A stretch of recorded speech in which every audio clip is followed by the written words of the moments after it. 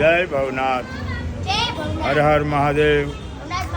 પ્રાચીન ક્ષેત્ર એવું ભવનાથ ગિરનાર ક્ષેત્રની અંદર મધ્યકુંડ અને રવાડી નીકળે શિવરાત્રિ સ્નાનમાં હજારો સાધુ સંતો અને લાખો ભક્તોની ભીડની વચ્ચે આ દાદાના દર્શન થાય અને દરેકના જીવનમાં, પૂરા ગુજરાતના દરેકના જીવનમાં ભગવાન શિવની કૃપા જરૂરી છે. શિવ છે અજન્મા દેવ છે અને અજન્મા દેવ જ મૃત્યુથી રહિત કરી શકે છે. એવા ભગવાન ભોળાનાથ ભવનાથ મહાદેવના પવિત્ર ચરણકમલોમાં વંદન સાથે તમને આવો આપણે દર્શન પણ કરાવું.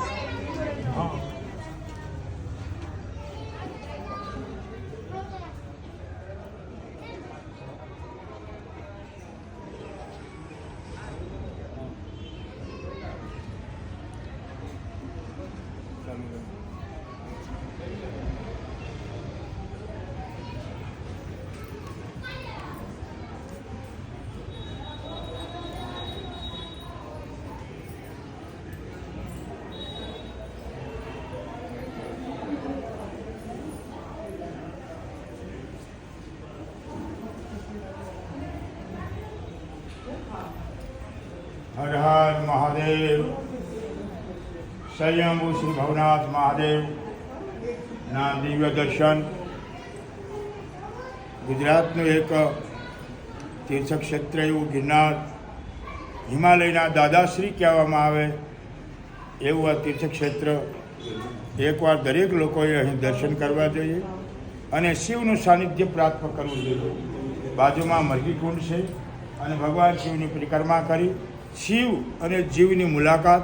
અને શિવ એ અજન્મા દેવ છે અને જન્મ રહિત કરનારો આ એક પવિત્ર આત્મા. એકવાર પણ દર્શન કરે જીવ તો એમ કહે છે શિવ એને સાહિત્ય મુક્તિ આપી શકે છે.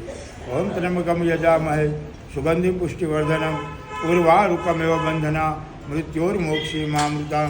ઓમ નમઃ શિવાય. ઓમ ત્રંબકમ યજામહે. કોઈ પણ મંત્ર વડે શિવનો અભિષેક કરવો, જલ, દૂધ, બેલીપત્ર વગેરે छोटा सा एक पदार्थ छड़ा के भगवान एम कहे છે કે એક बिलीपत्रम एक लोटा जल की धार. ओ दयालु રીજ કે જે તે ચંદ્ર મોલી ફલચાર. ધર્મ અર્થ કામ અને મોક્ષ મળે એવું આ એક તત્વ એ શિવ તત્વ છે. અને એટલું તમારી માથે સબડી ભભૂત તમે ખજાના કુબેર કા. એક ભભૂતિની અંદર કુબેરનો ખજાનો હોય એવું ભગવાનના આશીર્વાદ તમને બધાને પ્રાપ્ત થાય એવી મંગલ શુભકામના સાથે હર હર મહાદેવ. જય સોમનાથ. જય ભવનાથ.